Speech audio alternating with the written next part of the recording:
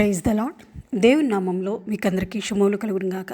గత వాక్య భాగంలో మనం చదువుకున్నాం కదా, మానోహకి పిల్లలు ఉండరు. అయితే ఒకసారి మానోహ భార్యకి దేవుని దూత ప్రత్యక్షమయ్యి నీకు కొడుకు పుడతాడు అని చెప్తుంది కదా.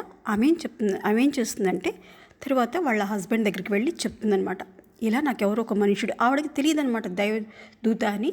సో జనరల్గా ఎవరో వచ్చి చెప్పారనుకొని వాళ్ళ హస్బెండ్ని చెప్తుంది, ఒక మనిషి నా దగ్గరికి వచ్చాడు, చాలా గంభీరంగా ఉన్నాడు, ఆయన మనకి కొడుకు పుడతాడని చెప్తున్నాడు, అతను ఫిలిస్తీయుల చేతిలో ఉండి ఇజ్రాయెల్ని రక్షిస్తాడట, మరి నేను కనే వరకు చాలా పవిత్రంగా ఉండాలని చెప్పాడు. మద్యం ముట్టకూడదు, ద్రాక్షారసం ముట్టకూడదు, అలాగే అపవిత్రమైనది ఏది కూడా తినకూడదు అని చెప్పాడు. అని చెప్పినప్పుడు వాళ్ళ హస్బెండ్ ఆ మోనోహ ఏం చేస్తాడంటే దేవునికి ప్రేయర్ చేస్తాడు, దేవా నీ చిత్తమైతే ఆ మనిషిని మళ్ళీ ఒకసారి మమ్మల్ని కలిసేలాగా చెయ్యి, మేము ఆయన అడుగుతాము ఎలా ఉండాలి అని మేము తెలుసుకుంటాము అని దేవునికి ప్రార్థన చేసినప్పుడు ఆ యెహోవా తండ్రి మానోహ ప్రార్థన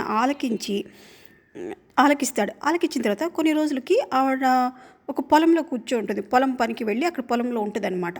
ఆ మానోహ భార్య వెళ్ళినప్పుడు ఆమెకి మళ్ళీ అదే సేమ్ దేవదూత కనిపించినప్పుడు ఆమె ఏం చేస్తుందంటే, మీరు ఇక్కడే ఉండండి, మా హస్బెండ్ని తీసుకొని వస్తా అని చెప్పేసి ఇంటికి పరిగెత్తుకుంటూ వెళ్ళి వాళ్ళ హస్బెండ్ని తీసుకొని వచ్చినప్పుడు ఆ హస్బెండ్కి కూడా తెలియదు అనమాట, దేవదూత అని తెలియదు. జనరల్గా ఎవరో అని చెప్పి మాట్లాడతారు, మీరు ఇలా చెప్పారు కదా నిజమేనా, మేము ఏం చేయాలి అన్నప్పుడు వాళ్ళ ఆవిడకి ఏం చెప్పారో అవన్నీ చెప్తారు.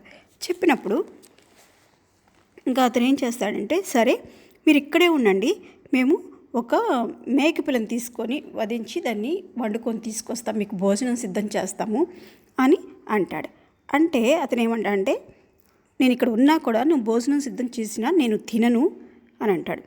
ఆ తర్వాత ఒకవేళ నువ్వు అలా మేకపిల్లని వధించాలనుకుంటే యెహోవాకి బలిగా ఇవ్వు అని అంటాడు. అంటే సరే అని చెప్పేసి అతను వెళ్ళి మేకపిల్లని తీసుకొచ్చేసి అక్కడే బలిగా ఇస్తాడనమాట. ఇచ్చిన తర్వాత అప్పుడు ఏమంటాడంటే, మీ పేరేంటి అని అడుగుతాడు మానోహ. అంటే నా పేరెందుకు నీకు, నా పేరు చెప్పకూడదు నీకు అని అంటాడు ఆ దేవదూత. అప్పటికి వీళ్ళకి అర్థం కాదనమాట. సరే బలిగా ఇచ్చినప్పుడు ఏమవుతుందంటే, ఆ అగ్ని జ్వాలలన్నీ వస్తుంటాయి కదా, ఆ అగ్ని జ్వాలల్లో ఈ దైవదూత ఆరోహణమై పైకి వెళ్తాడు. పైకి వెళ్ళినప్పుడు అప్పుడు వాళ్ళకి తెలుస్తుందనమాట, మానోహకి అతని భార్యకు తెలిసి, అమ్మో ఈ దేవదూత కావాలని చెప్పి అప్పుడు వాళ్ళు ఆ నేల మీద సాగిలపడి యెహోవాని స్తుతిస్తారు. ఆ తర్వాత ఇంకెప్పుడు కూడా మానోహకి కానీ అతని భార్యకు కానీ ఆ దేవదూత ప్రత్యక్షం కాలేదు. దేవుడు మిమ్మల్ని దీవించి ఆశీర్వదించి కాపాడును కాక. ఆమేన్.